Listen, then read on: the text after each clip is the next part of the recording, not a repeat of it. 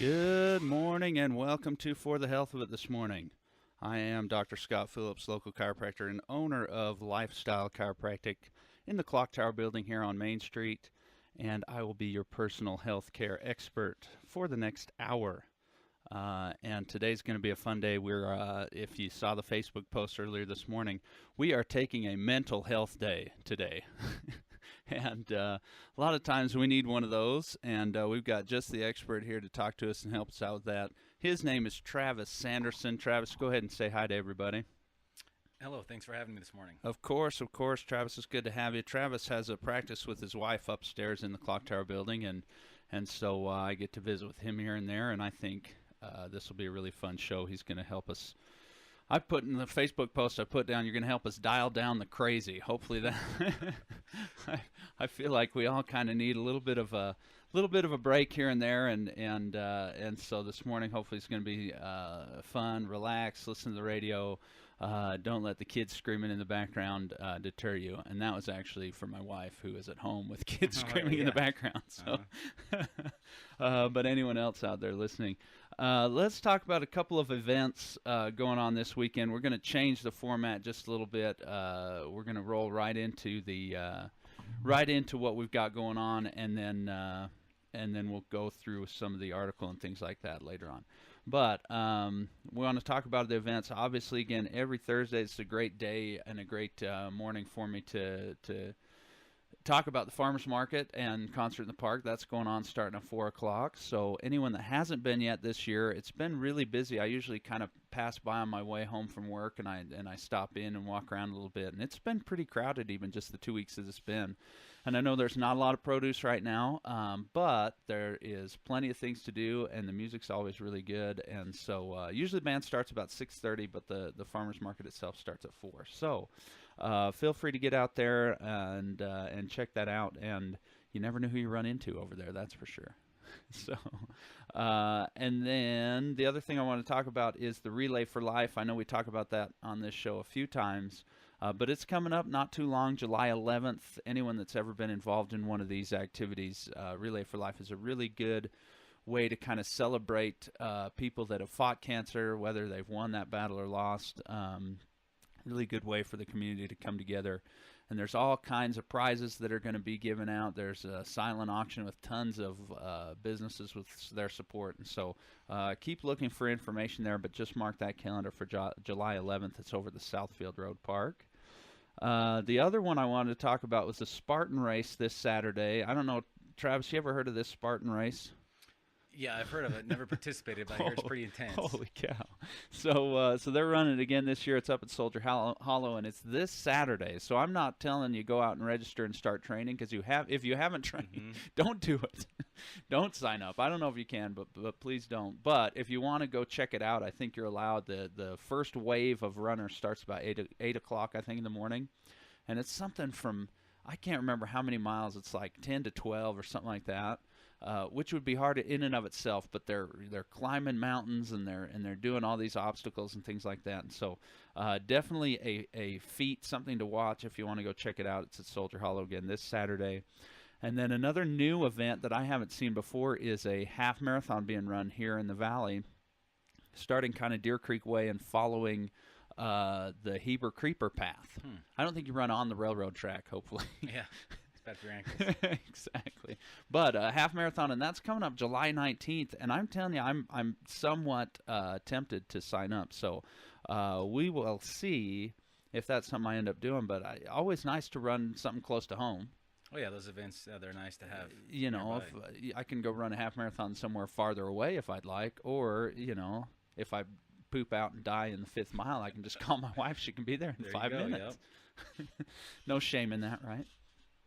And the last thing I want to do before we jump right in is tell my joke of the day, just because it's something I like to do at the beginning of the show. And I forgot I was going to actually just go into this without telling you that it's a joke, but now that you know, you'll be ready for it. Anyway, so there was a rumor going around that you can cure headaches rubbing margarine on your head. And people thought that was kind of strange, so a researcher decided to test this rumor out, this wives' tale, you know. So he gets everyone together, and they've all got a headache, and he starts rubbing margarine on everyone's head and kind of lets them go for a little while and then comes back to interview him. And so he was able to dispel the rumor because every single person said the same thing when he asked them how they were feeling. Guess what they said? And what's that? I can't believe it's not better. Terrible. That's a good Terrible. No, it's terrible. Anyway, so let us go on to why we're here and who we're talking to today. Again, Travis Sanderson, you own a multi-office counseling center, and I'm going to kind of let you sort of describe what it is, where it is, all that kind of stuff, and just kind of quickly go into, what made you decide to go into this field. Again, the kind of stigma, and I hope this isn't a mean thing to say, but every time you talk about people going into psychology, I always think they're a little off, right? Yeah. So anyway, just kind of what got you into it. Maybe even speak for your wife too. And I love the fact that you guys are in it together and working together, and just kind of what your drive is, and maybe even why you decided to bring it here to the Valley too. All right, yeah. So like Scott said, it's my wife and I. Her name is Liza, and I'm Travis Sanderson. We've been in the Valley for about 6 months. We own a practice here in Heber. It's in the Clock Tower. It's Expansive Horizons Counseling, and then we also have another office over in Camas, which is in the Professional Plaza building over there. We recently moved from southern Wyoming, Rawlins, where we have a large mental health practice up there. And what brought us here was family. Up in Rawlins, we were a little bit isolated, and it was nice to have that support system. Sure. And so we we had the opportunity and decided to come down here and start up our practice and be close to family, and so that's kind of what brought us here. Now, tell me, kind of, is there any specialty with the office, or is it different from center to center? What do you guys like to really focus on? Yeah, it's a little bit different. Some people have specialties. We come from a very rural area. We practiced in Rawlins for over 5 years. And so you didn't really have the luxury of having a specialty there. 1 minute you might have a 4-year-old come in. Sure. And the next client might be, an adult with depression. And we ran a large substance abuse program up there. So we really have a pretty well-rounded background. I really like working with adolescents personally. I ran an adolescent program up there, and so it's kind of one of my specialty areas.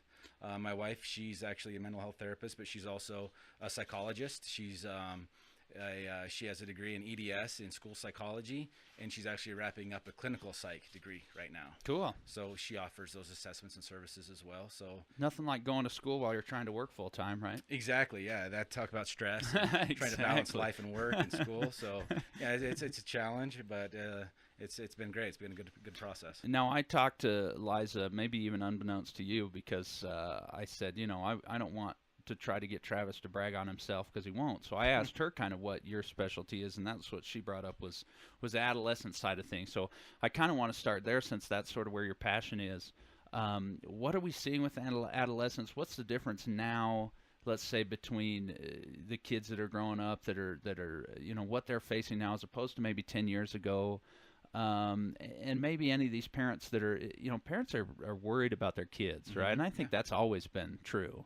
But you talk to a lot of these parents, and they are just, almost baffled about what to do, right? Some of these problems that we see that we maybe just didn't have to deal with. I don't know if it's on the rise. I don't know if, the one thing that really came to my mind as I was thinking about it is the bullying issue, and it seems like there's a big push right now, way more than when I was in school, to get a hold of that and get control of it. Is it just being brought more to the forefront, Travis, or do you see this in an increase? Is this something that's happening more than it used to? I think it's a combination of both. I think the bullying was always there. I think it's more recognized, particularly the long-term psychological impacts of it. Sure. There's really starting to identify and realize that bullying isn't just the physicality, the physical confrontations. Yeah. It's like the systematic exclusion of individuals. It's it goes so much beyond just the physical aspect of it. And we're starting to see it, what it means in the long term, and what these adults are dealing with. Yeah, now. yeah. impacts on their confidence, the viewpoint of the world, and how it impacts their goals and drive and everything else. I mean, bullying is a very serious issue and always has been. I think the other flip side of that is everything's so connected nowadays, Right. with smartphones and the internet. I mean, if you look at an adolescent these days, you probably don't see them, 5 seconds a day without a phone in their hand. Sure. So there's Twitter, there's Facebook, there's all of these different Yeah, avenues, and that it really extends the opportunity for bullying and social exclusion and those types of things. So I think it's experienced in a very different way than we ourselves were used to. Well, and I know a lot of times people get a little more bold, would you say, when you have to type something instead of actually say it to someone's face? I mean, do Exactly. we see that kind of? My brother tells a story about picking up his 13-year-old from some activity, and her and her friend were in the back seat of the car, and they were both on their phones, right, texting, and he didn't really think much of it, except for that's something that we never did growing up. But they get home, and he's one that kind of goes through his daughter's text, wants to make sure that, and they were actually texting each other. And nothing that my brother couldn't hear. Oh, yeah. They weren't trying to be secretive about it, but they were texting each other back and forth while they were sitting next to each other in the car. And you almost think, okay, well, it's so much easier to write something and deal with the implications there than to actually try to. So is that complicating the problem? Would you say that kids are kind of coming out of the woodwork, so to speak, to increase this issue? Yeah, I definitely think so. When you communicate through a medium, it's less personal. Yeah. And like you say, it's much easier to write something to somebody than to say it to their face. We see that, yesterday I was on Mike Hewlett's show, and he was talking about the Rainbow family, right, and coming and hanging out, and how so many people just don't mind throwing out, snap judgments online, and then it just gets perpetuated, and all of a sudden you get these, these rumors that are flying around about what's going on, to the point that they were concerned enough that group actually held a community meeting, to answer our questions and things like that. And so I think that's something. So I'm a parent, right, and I'm going to start to deal with this. My oldest is only 7, and hopefully he's not. Well, he doesn't know what Facebook is yet, luckily, or texting, but. What do you tell your parents? What do we look for as far as signs of this issue? How do we talk to them about, and then how do we stay on guard for them to act appropriately over these mediums? What would you tell these parents? I would say definitely take an active role in what your children are doing in terms of, are they being secretive? Yeah. Cell phones and computers, they should be an open book. I think that there should be access. They shouldn't be passwords, things of that nature. Right. Like you mentioned, your friend who actually checks texts. Yeah. Some people would see that as a overstepping bounds Invasion. or an invasion of privacy. Yeah, sure. And I would say that's good parenting. Yeah. We need to be involved, and we need to know what our children are doing. Right. And not only does that give us a chance to monitor and make sure that they are acting appropriately and doing things, but they're not getting themselves in danger. But also it sets expectations and boundaries that they know that they're accountable, and that they're being basically, in a sense, watched and being held accountable for their actions. Now, let's talk about this boundary thing, because, you hear all the time kids crave boundaries, kids want boundaries, that type of stuff. But that's one of the biggest things that they maybe that I see, and maybe you'd agree with me, one of the biggest things they like to rebel against, or at least like to test those fences. And so what's the happy medium? How can you, because again, I think parents are so nervous about overly controlling their kids that they'll just freak out. Oh yeah. And so how is it? What do you see from these kids as far as really what they're wanting, and maybe when to know you are overstepping? I think there's a fine line there, and it really depends on each individual child and their responsibility level and their maturity. I think one of the most important things, especially as you start dealing with adolescents, is that they need to have freedom, they need to have responsibility, but they need to be held accountable. And when they do, and as all children do, they will overstep their bounds, and they will make mistakes, and they need to be held accountable with logical consequences. And for example, if they get in a fender bender and wreck a car or whatever, a logical consequence is, okay, maybe not drive the vehicle until they've fixed it. Yeah, paid for the damages. Exactly, that's a logical consequence. And so those are the type of boundaries that parents need to start making with their kids, holding them accountable, and really stressing the responsibility side of it. Sure. Sure. I think every kid always says, "Oh, yeah, I want to get treated like an adult," right? My 5-year-old Hmm. wants to stay up later. Yeah. How come you guys get to stay up longer? How come you get to do this and that? And I think, the way we treat them as adults, like you say, it's almost like this practice ground. While Hmm. they're in the house, we can treat them and give them these responsibilities, but then, like you say, hold them accountable. I think that's where it's important. I know most of the time when I got mad at my parents and said things like, "Why don't you trust me?" I was Hmm. usually trying to do something. Yeah. you know, Uh-huh. I can go there. Why don't you trust me? And it's Yeah. almost like so. I want to talk too about that kind of parental intuition, that type of thing. Is that something you see that's effective? Is that something you would say, hey, make sure you pay attention to that type of? We get these gut feelings like, hey, maybe that situation isn't a good situation. Well, of course, and we were all adolescents. Some of us, you know, not too long ago. Others, it's been a while. But I think we can remember what it was like, and we all tried to test those boundaries and did some things that we probably shouldn't have, and been in situations where there was potential harm could come of it, Sure. or breaking the rules, or whatever it may be. So yeah, you do need to follow that intuition. I Yeah. think for the most part we understand when a situation isn't necessarily up and coming, and we need to be careful about our kids going to certain places and doing certain things. Right. I mean, when a young child is out of the house after 10 or 11 at night, usually not a lot of good is coming of that. So it's one of those things. It's just kind of a little bit of common sense, mixed with again, the maturity level and Right. and the needs of an individual child. And so yeah, I think a lot of it's just the intuition, and we've been there and apply what we know. The nice thing is I got into enough trouble as a teenager that I know all the excuses There that my you go. kids Yeah. are already going to Yeah, exactly. Let's talk a little bit too about stress, right? That's Hmm. a big issue that I talk about in healthcare, not just from a mental stress standpoint, but just all the stress that our body is bombarded with day to day.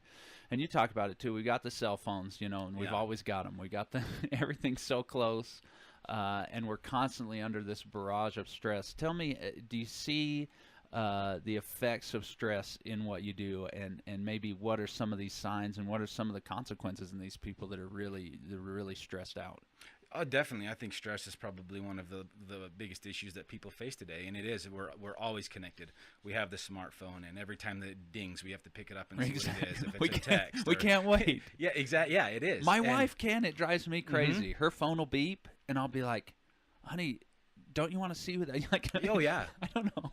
yeah. She's better than I am, I guess. Well, I can't remember the last time a phone has rang in my presence and someone not answer it. Exactly. It's just like, yeah, we feel that we have to respond. It's like we've been conditioned. I always feel like someone's about to give me $1 million. Yeah, If yeah, I it don't, is. It's if I like- don't answer, they'll call the next person on the list. Yeah, what am I going to miss if I don't respond? Exactly. So what are signs again? And we're going to get into when people should seek out Mhm. services that you provide. But what are some of the signs that we should be looking for as far as mentally, that we know that okay, this stress is starting to overpower us a little bit? Yeah, I think the signs, they're very broad and very extremely variable. But some of it is, like lack of sleep, for example. Sure. If you're not able to sleep and your mind's constantly racing, again, it comes back to a little bit of a holistic approach. Yeah. And monitoring our bodies and our responses. Right. So sleep's a big issue. How are we do we have positive coping mechanisms? That's something that we probably will talk about later. Good. About how we cope with that stress. Yeah. And one thing I like to do is take an inventory of our lives. There's different realms. We got our personal lives, we've got our work lives, we've got our social lives, and it's good to take a personal inventory, quite frequently, Right. and determine if one area is outbalancing the others. Are you spending most of your time extremely stressed and concerned about your work Yeah, responsibilities? one specific Yeah, aspect. and how are you dealing with that? Sure. Or maybe it's your interpersonal relationships, because there really does need to be a balance, Right. And we need to be meeting the needs in all of those realms. And is in order that to be yeah. is that type of inventory something you do? How often would you suggest someone kind of sit down and go through those aspects? it doesn't necessarily need to be a formal process. Sure. But even on a weekly basis, or just depending on your stress, if you start feeling stressed, Yeah. just take a few minutes and really think about, okay, what am I doing personally? Right. What's happening in that realm of my life? Where is this stress coming from? Maybe it's work related. Okay, so how do I start balancing that out? What can I do in my personal life or with my interpersonal relationships to really start to ease the amount of stress that I'm feeling in these other realms? Well, and what a lot of people don't realize is there is such a huge tie, and this is why it's so fascinating for me to talk to someone like you, because physically, our physical health really is so closely tied in how we deal with this stress. Oh, exactly. And I think mental, emotional stress is one of the largest ones that we have to deal with. And so I'll have someone come in with some sort of condition, and then we'll start talking about kind of just their life, and we'll almost do that kind of thing. Let's talk about this area, let's talk about that area, and then all of a sudden they start to realize that it's this stressful atmosphere that they're in that's just overpowering their body, that's not allowing their physical health to be what it could be. Oh, yeah. And so that's what I really like to see is people, like you say, know these positive coping patterns, things like that. When they can do that, then they actually see an increase in their physical health. Oh, yeah. Which I think is a really good thing to do for sure. Well, so often we address the symptoms and we don't really get to what we the love causation symptoms. is. Exactly. So it might be a lack of sleep. And so we start to focus on, okay, I need to go to bed earlier. I need to do this and that, and I need to try to get more sleep, and I'm just not feeling rested. Well, what's the cause of your lack of sleep? Yeah, exactly. You need to really start thinking about that. Is it stress? Is it anxiety? Right. Sometimes it could be depression. Things of that Sure, nature. sure. And so if you're just addressing the symptom, nothing's going to change. Right. You're always going to have symptoms. Let me just take something so I'll fall asleep. That's And then that's wake up and still feel crappy. Exactly. and unless you get to the causation or the things that are causing it, there's really no long-term solution in that route. And I'll tell you, I love that you bring up sleep, because that's one thing that I talk a lot about with my people that they struggle with. I mean, people in general, I think, have a hard time sleeping for whatever reason. And this could be a good realm for them to start peering into and seeing, hey, am I taking care of myself mentally the way that I ought to? I had questions as far as, I think the world of psychology, the world of counseling and mental therapy has come a long way in the past, what do you say, maybe 20, 30 years? Oh, yeah, even in the last 10 years, it's sure. come a long way. And so tell me now, I'm sure there's still a little bit of a do I want to go see a counselor? Do I want to go see a shrink, right? We like to call it. Yeah. What would you say to someone that's still hanging on to some of these perhaps misconceptions about, if I go in there, everyone's going to think I'm a nut. Yeah, right? Exactly. Yeah, that is a common thought. So what would you tell someone that maybe is a little hesitant? Well, in a lot of ways, it's no different than if you're diagnosed with, like, let's say, a disease, cancer or kidney failure or whatever. There's a physical problem, and there's usually not a lot of shame in going to a doctor and getting that addressed. No, I don't think anyone goes to their doctor now with shades and a big hat on. No, right? no, you exactly. go into the doctor, you get it taken care of. Yeah, you have a problem, you recognize it, so you want to get it fixed. And I think there's still, there definitely is less of a stigma than there used to be. There's a lot of individuals who still feel that if they go, they're somehow inferior or they can't handle their problems. Sure. And there's that stigma with it, and they almost feel inadequate, I think. Sometimes I think we feel like, if I can't do it on my own, then there's something wrong with me. Yeah, it is that way. And really, it's nothing wrong with you. Sometimes it's our perception. I mean, we're the product of our environments, how we were raised, how we view the world, our personal experiences. And everybody sees the world through a particular lens, and it's individual to them, and it's unique to them. Right. And sometimes we just have different ways of looking at things or perceptions, and I guess the easiest way to say it is that sometimes we need to change that lens. Sure. One way to do that is to it's called motivational interviewing. Okay. And so it's taking something and instead of focusing on the negative aspect of everything, kind of turn that around and getting a client to look at the positive sides. Right. So you're taking everything from a negative standpoint and putting basically a positive spin on it, and it's basically cognitive reframing. Okay. So that's a good example of just viewing the world through a little bit of a different lens, and everything changes. Yeah. We went on a hike yesterday. I took my kids out on a hike, and we had been on a couple of trails before, so we decided to try one we'd never tried before. Yeah. Which is never a good idea. And so we start on this trail, and it is just like straight up the mountain. You know, I'm thinking, oh, we'll get maybe 50 yards, and then it'll bottom out, and we'll get to walk around a little bit. Yeah. And it really never really got better, and I've got 7'5'3", and I'm carrying a 1-year-old on my back.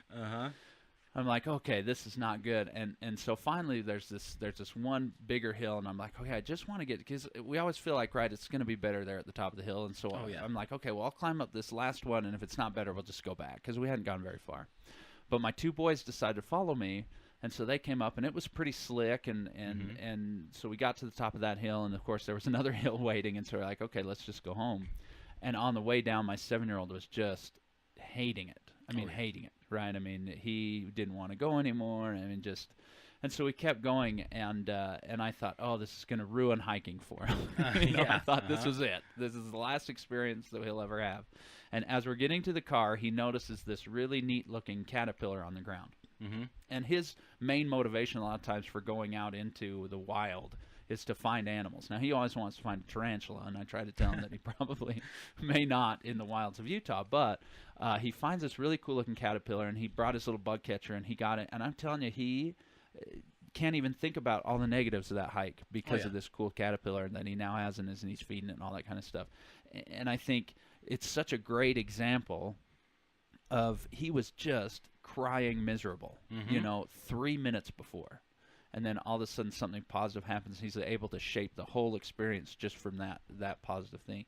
And people that know me know that I am definitely a glass half full type of guy, a silver linings type of person. But not everybody thinks that way. Yeah. And but tell me, is there hope for someone that isn't necessarily feel like they're a complete positive person to start to change, to start to recondition that? Oh, definitely, and there's a lot of techniques that specifically address that particular issue. Yeah. So many people who suffer from anxiety disorders or depression, it's negative self-talk.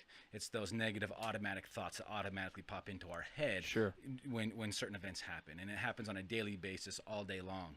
And a lot of research shows that people who suffer from such disorders, the percentage or the proportion of the negative self-talk is extremely high compared to what they see as positives. And so a simple way to start doing that is first recognition. I always tell everybody, you can't change what you don't recognize. Sure. So that is the very first step. And once you start recognizing those things, then you can start to implement little strategies to cope or combat those negative thoughts and those negative processes, and do just like your son did, start to see the positive things. And that's a great analogy, because one event, one positive, one thing that you look back that happens and it's just exciting, and it's something that is really life affirming, and it really does change perspectives and changes outlooks. Now, if we went back to that hiking spot, he wouldn't want to start hiking. I know that. But at least he had like a good positive. Oh, like you said, it didn't ruin hiking for him. Right. Yeah. Hopefully. Yeah, we'll see next time. We're going time. again Friday, but this is an easier one that we're doing. Very cool. So tell me, are you an affirmations guy? Do you like people to kind of do that daily, almost hokey look in the mirror, but something that they can talk about in the morning or during the day sometime that kind of puts them on track to being positive about themselves? Yeah, well, I don't think that hurts at all. I don't necessarily practice that with my clients. Just personal stuff, but I wouldn't say don't do it. But in a way, I am an affirmations guy in the sense that we need to be aware of how we do communicate with ourselves and our self views and that perspective of how we see ourselves. So when we do really need to be conscious of, am I talking down to myself? What are my thought processes? And when we need to be cognizant of that, so that if they are negative and if they are out of balance, we do need to recognize and change those things and say positive things. Put things in perspective. If something happens and I lock my keys in the car and first thing I'm an idiot. Well, that happens all the time. And if that's all that happens, that's fine. But if those things are happening continually all day long, every single little thing you do wrong starts to wear on you. Of course, it brings your self-confidence down. So we need to be aware of that, and we need to put that in perspective. I'm not an idiot. I made a mistake. Even the little changes in that of our the common error. Even. Exactly. Yeah. I heard someone tell me, I really like this, that if we spoke to other people the way that we talk to ourselves, that we wouldn't have many friends. Oh yeah, exactly. How good of a friend are we to ourselves? And that doesn't mean that we lie to ourselves about, but we're honest, and then at the same time we point out the good, and we don't really make, if your friend locked his keys in the car, you wouldn't be like, what a dummy, I can't be his friend anymore.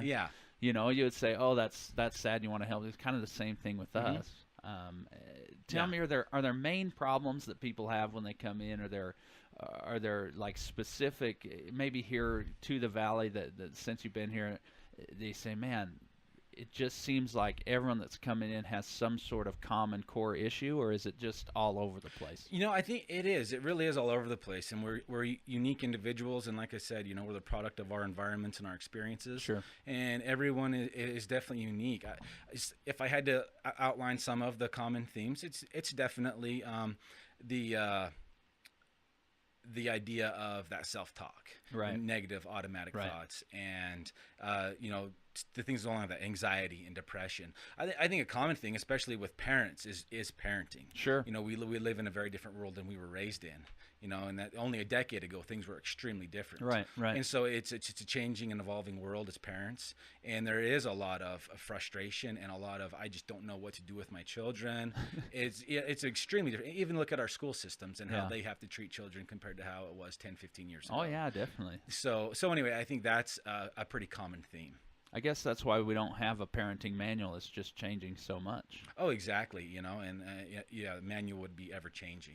There's definitely common principles and themes Right, that right. parents can adhere to, and we, there's if people are struggling, there's definitely classes, psychoeducational classes, and parenting classes, and Yeah. I would encourage people to definitely be involved, even if you don't necessarily have parenting concerns. Sure. That education is never a harmful thing. Always good to go and get checked, Exactly. figure out, other ideas of other people and experts, things like Mhm. that for sure. I want to talk a little bit about the media and kind of the influence the media has on our adolescents, especially. I think to an extent it has an influence on the adults, but where does that need to change, right? I mean, you look at people's images, self-images, things like that. And there's a lot of talk about the damaging influences that media can have on adolescents. What do you think the problem is? What change would you like to see from a media standpoint, whether it be models looking differently, or even just some of the stories that come out and some of the expectations maybe that the media puts on some of these kids? Definitely, I think that hits at home. I think when the media issue can be summed up with unrealistic expectations. Sure. And definitely body image issues, for adolescent girls. But what you're really seeing in the last 5 to 10 years is that's translating to males as much as females. Yeah. You're seeing, the cover of magazines, these cut men, 4 or 5% body fat, extremely Sure. muscular. And so these males are seeing this, and it's almost unattainable. And so you're seeing a huge increase in different types of steroid uses and supplements, and even as far as body image issues and eating disorders, things of that, body dysmorphia. These are Right. conditions that not only females but males are facing. And so, it comes back to the idea that I don't know that we're going to change the media. It would be nice in an ideal world to see more realistic Yeah.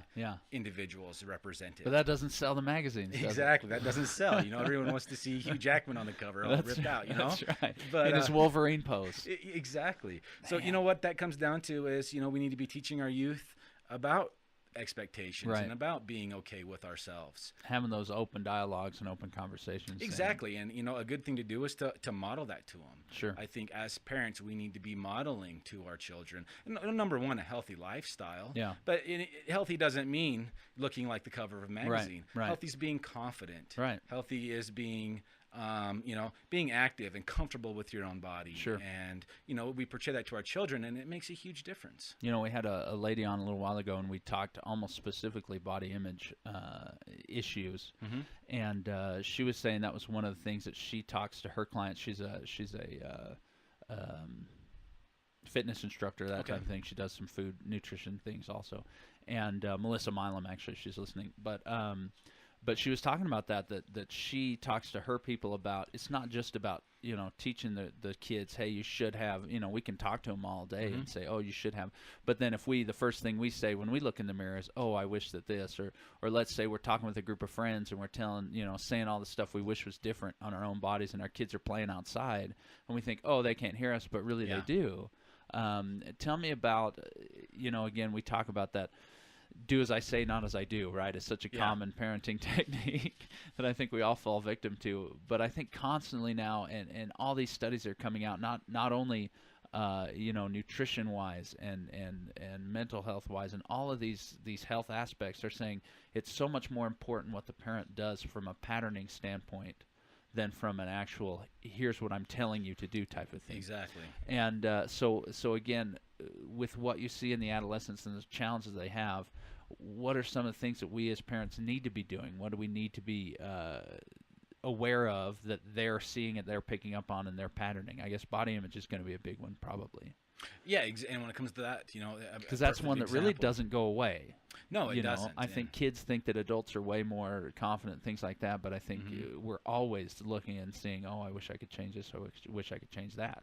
Oh yeah, yeah. And you touched on it with the modeling behaviors. We need to model to our children how to act, not just tell them. Right. Because they see it all day long, every day, and that's what's really going to sink in. It's we can tell them what not to do all the time, but if we're in the background doing exactly what we're saying not to do, well, that reinforces, oh, well, that's okay because mom and dad do this. Right. So if they see us constantly, like you say, making comments or, man, this looks terrible, I need to change, or whatever it is, that's much more reinforcing than if we actually implement those behaviors and show them what to do. You can keep carrots in the house all you want, but if the parents don't eat any, the kids aren't going to eat any either. Exactly. Yeah, that's right. Yeah, so we need to model them not only the confidence, and we need to model to them that, how to be okay with who you are and what you do, but also we need to model a healthy lifestyle. Sure. Tell me what other things you try to do to get people to really get on the right track to good mental health, right? What are some of the common practices, common techniques, common things that really help jumpstart people into these positive patterns?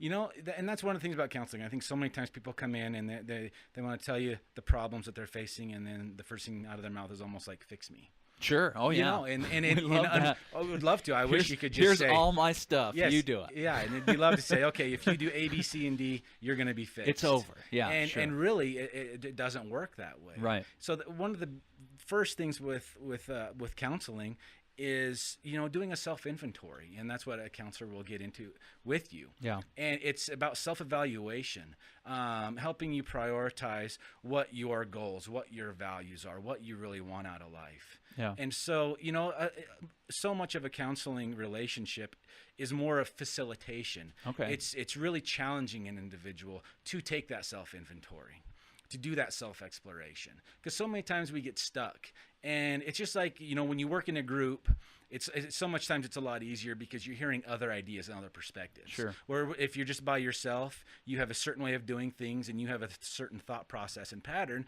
and it's hard to step outside of that.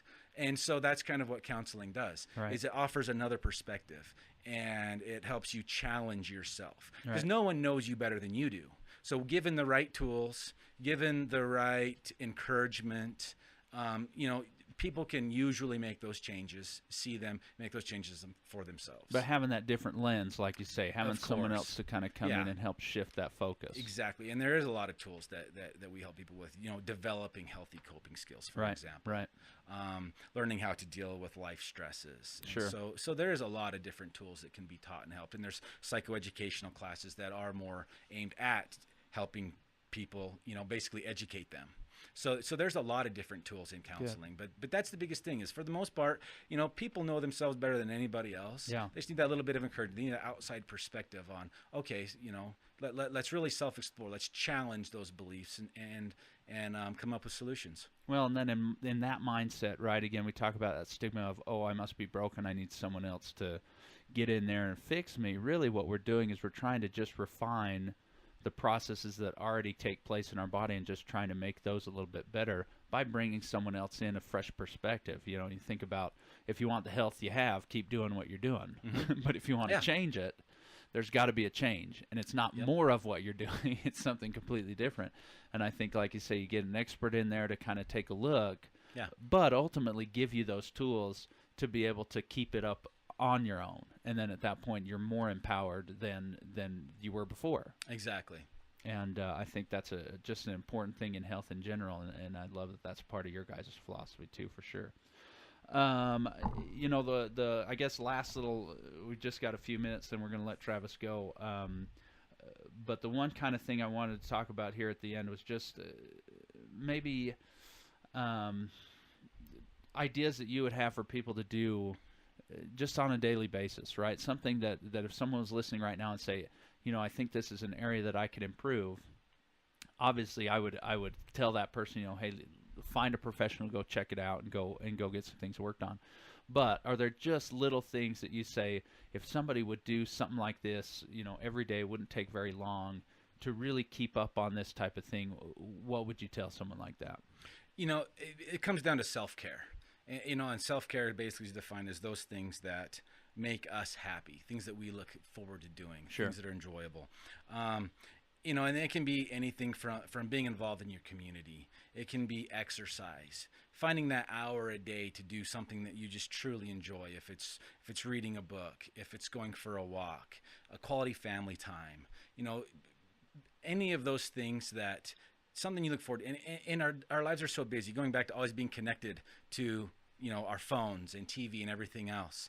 And especially moms, we find that a lot. Moms are always sacrificing. They're always giving to children, Right. Their husbands. They're the last ones. Exactly. Yeah. They're the ultimate giver. Right. And that takes a toll. Big And time. it's extremely admirable, and they're great at it. But they need to really focus on themselves, Right. and make sure that they are taking care of themselves and finding out those things that they really like to do and enjoy. And the one thing I tell people is schedule it. Sure. If you don't schedule it, if it's not a priority, it's not going to happen. You got your iPhone, put in that between this hour and this hour, Exactly. you're going to This is do what I'm something doing, for you. yeah. Husband, it's going to take the kids, and you're going Right. to go out and do whatever it is. Yeah, yeah. And it's crucial, and that applies to everybody. Yeah. But scheduling it, if it's not a priority, it's not going to happen. I'll tell you, we talk about that on this show all the time. I talk about that in my office for sure, right? If we're trying to give, how can we expect to give 100% if we ourselves are not at 100%? Oh, yeah. And you almost think of it as, it's selfish for me to go out and do these things for myself. But really, I think it was Stephen Covey that talked about sharpening the saw, right? Mm-hmm. This is us trying to get into ourselves and get ourselves better so that then when we do serve others, Yes. there's more to give. Yeah, I like to give a simple analogy to a lot of my clients, and it's I'm sure most people have ridden on an airplane, and when you're on there and they give you the flight attendants give you the spiel about if the cabin depressurizes and the little oxygen masks drop from the Right, ceiling, right. what's the first thing they tell you if you have kids? Say, put your mask on first, And then you help. help the kids. Because if you're not taking care of yourself, how are you supposed to take care of those around you? Right. If you're not whole and you're not healthy, how do you take care of those around you? Yeah. So that's a little analogy that I love, is we have to take care of ourselves in order to help I know you others. almost think that why would you tell me that? Like, I want my child to be Exactly. safe. Like, Yeah. they're the ones that need to. But if we don't have the oxygen, we're not going to be able to help them at all. Exactly. Yeah, I appreciate that. Travis, any other final thoughts? I want you to tell people kind of how to get a hold of you guys. If you have a website, if you have a phone number, whatever that is, and just anything that you'd say out there to somebody that says, this might be something that I should look into. What would you do? How do you get a hold of you? Yeah, we have a main office line. It's 801-360-6955, and we have the offices there in Camas, and we have an office here in Heber. Mm-hmm. And it's my wife and I, and we're going to be bringing another therapist on shortly. Nice. So yeah. So if you have questions, if you just need to just check in and have any questions or concerns or anything, yeah, give us a call. We'd love to try to help you and point you in the right direction. I love that you're this, small town family type of thing. I always think of the family doctor in a small town, a rural town that takes care of the people and the animals. Yeah, It's yeah, like yeah. you got to get everything done, and so I think that's a great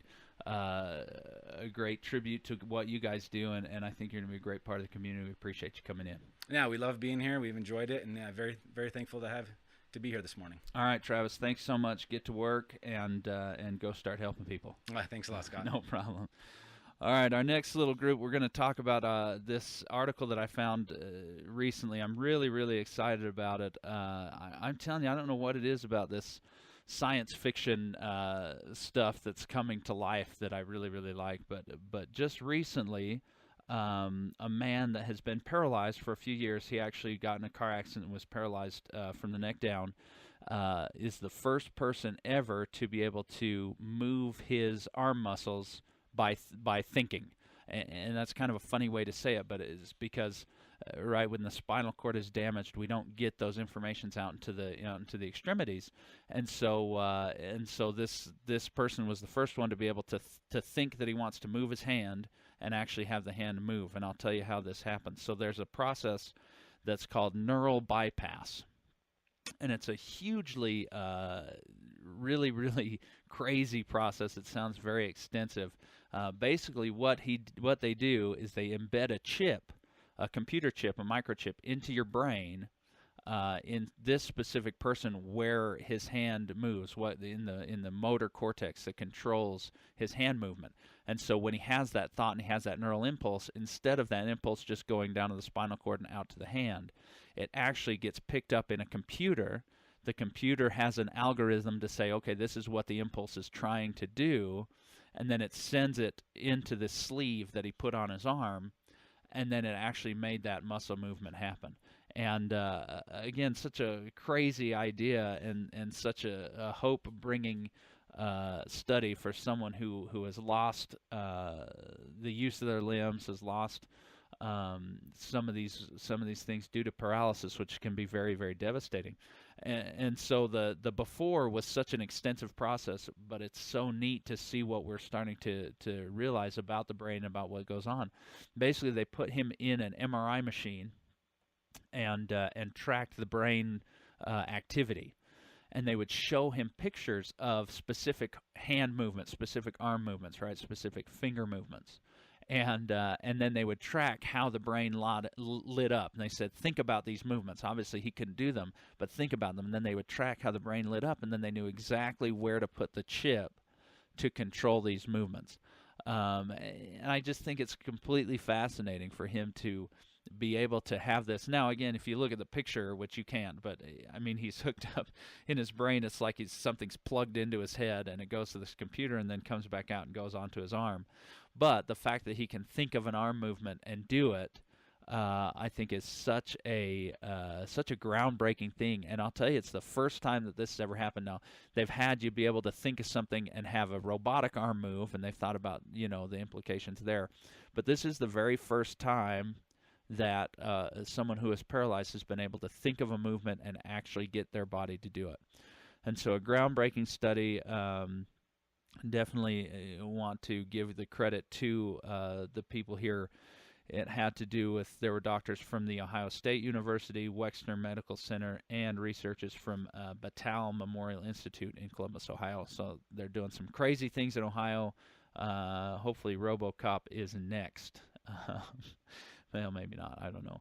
And then the last one I wanted to talk about was just the medical fact of the day. This is one that was brought on almost in a comical way. I know a lot of you have heard the rumors about the Rainbow family. We had a great show yesterday with Mike to kind of dispel some of those, and really it's a group that's trying to not bother us too much, and at their core principles they're not supposed to, and I appreciated them having a meeting last night to kind of explain what they're doing and talk to the community and have an open line of communication.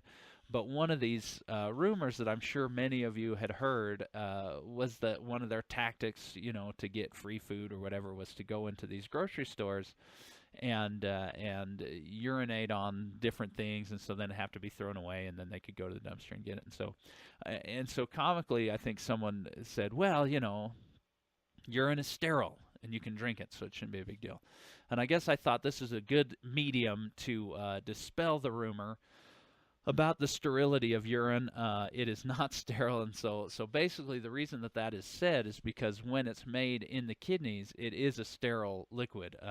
There's no bacteria, there's no microorganisms in it. But after it's produced in the kidney, then it actually has to come out, and it comes down the ureters and then out the urethra, whether it's male or female. And on those tracks during that process, it can actually pick up some of these microorganisms, bacteria, and things like that. And so, long story short, it is not a good idea to drink your urine for sure. It's not sterile once it comes out. If you can get it straight from the kidney, I guess you shouldn't worry as much. But I always say that water is the best thing to drink. And so I think in this circumstance, we're definitely along those lines too. Let me talk a little bit. Mike was going to come on, and I don't have him here, and that's okay. We get busy, but I just want to kind of cross promote a little bit and tell you, if you haven't listened to Mike's show in the mornings, he's on Monday and Wednesday from 9 to 10, and he does a great job. He brings a lot of interesting people on talking about, um, just talking about what's going on in town, and he's does a really good job of finding good people to bring on. So if you haven't listened to his show, it's on Monday and Wednesday from 9 to 10. It's a great little station we have here with a lot of great shows. We'll plug for Tom Stone's show is on Tuesdays from 10 to 11. Talks about financial information. I like to say financial health, right? I think that's another aspect in our own health. And then, of course, our Kerry Hobbs shows every day from 4 to 6. He does a great job doing his DJ thing. You can call in, and he'll play any song that they got here, and if they don't have it, they'll sure look for it. And I don't want to leave out John Jacobsmeyer on Fridays. He sometimes feels left out, and so I want to make sure that we talk about his show from 9 to 10. And I enjoy his show. It's a very kind of down home, he brings on, he had the cast of the Cinderella show that ran last weekend, and they did some songs from it, and it was really a fun thing. Trading Post every day from Monday, Wednesday, and Friday from 12 to 1. Another great show. And then on Saturday, it's fun to listen to Dan Metcalf DJ some of the bluegrass hits and things like that.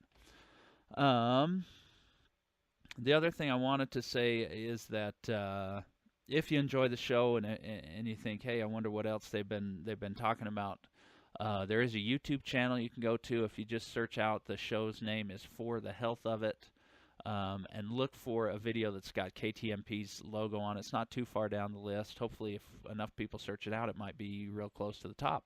But look for KTMP's logo. It's obviously not a video feed, but you can listen to any of the shows. And I just want to end with talking about this mental stress idea.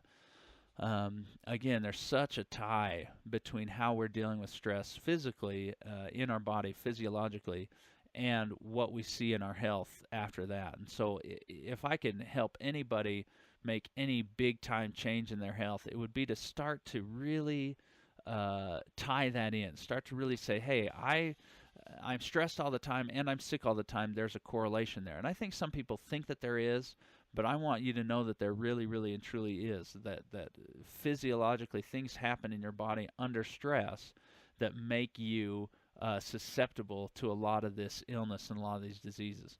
And so it was good to have Travis on to talk about the mental aspect of stress. We'd had the chiropractors on last week, and we talked about a lot of the physical aspects of stress, and we talked a ton about nutrition and about the chemical aspects of stress. But what I would say is I would echo that idea of a personal inventory, of let's take a look at all aspects of my life. Let's take a look at job stuff. Let's take a look at relationship. How are my relationships with other people, with my spouse, with my significant other, with my friends in general, with my kids? How are those relationships doing? Is there unneeded or unwanted stress in those areas, and where is it coming from? Let's look at our nutrition. I think this is one that I just am very passionate about, that when we don't even think that what we're eating is doing anything harmful to our body, it's a very slippery slope to be on. And I know it's hard in nutrition that things seem to change all the time. There's one thing that comes out and says, oh, this thing is really good for you, it's the best thing we've seen, and then the next week, never mind, it's bad and it causes cancer, and it's not going to give you anything good from it. And so what I would say is stay true to those really unchanging nutritional principles, and time again it comes out that we just don't eat enough fruit and vegetables, we just don't eat enough produce, we don't have enough good food in our diets. And so I wouldn't tell anybody right now to say, okay, I want you to completely stop eating sugar, completely stop eating processed food, just go on a complete fast and go right into just eating produce, because it's not going to last very long, right? We're going to eat what we want to eat. It's a social experience. It's an emotional experience. It's not just to give ourselves nutrition, which is interesting because we're the only mammals, we're the only animals that eat for any other reason than just nutrition. right? I mean, if you have any wondering about that, look at what your dog eats, right? He doesn't eat because he likes the taste of what he's eating. It's just to give his body nutrition. You don't get, dogs around in a circle chatting it up and eating food, like humans do.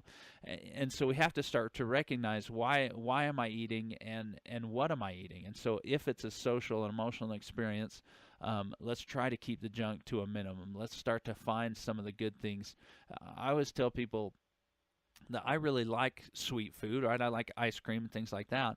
But if I'm really honest with myself, a good pear, a good pineapple, right now watermelon season, right? A good watermelon, that tastes just as good as any of the other stuff that I'll eat. And it's so much better for me. It's giving my body those building blocks and those nutrients that it needs to build good cells, to rebuild my body.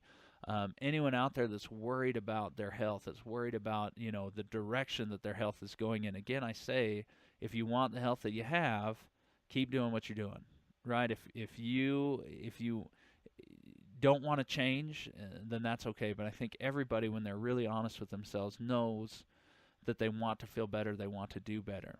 And so the best way to do that is start to get some different perspectives and start to surround yourself with some of these people that we bring on here that can give you those ideas and that perspective and say, hey, why don't you look at it from this angle, or why don't you take a look at it from this angle? And the more that we get people to kind of help us out in that journey, I think the better off we are. And every 2 years, you have turned over every cell in your body. You're a completely new human being, new bones, new muscles, new everything, and new organs, right? I mean, even the organ cells are replenishing and being destroyed as they get old. And so, if your goal is, I'm going to start changing my health, and next month I want to be completely different. A lot of times we talk about swimsuit season, right? I want to get in my swimsuit by next month, right? I think that's a different goal, and it's not necessarily always the healthiest pathway.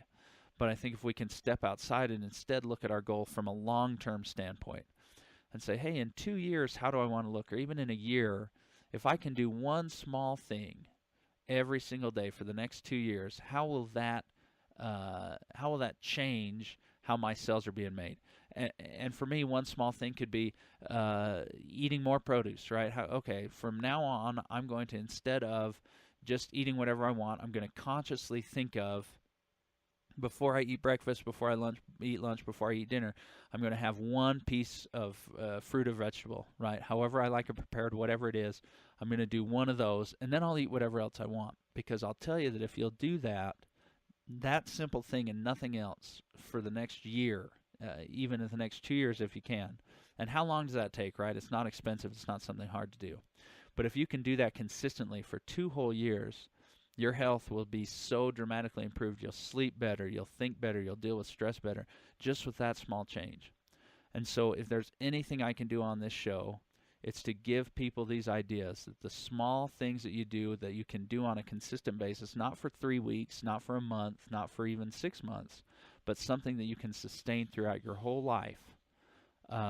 One small thing every single day, I promise you that you won't even imagine the difference. You won't even recognize how you felt before. And I think it was last week that we were talking about, it was with these other chiropractors, that we're the healthiest we feel we are right now.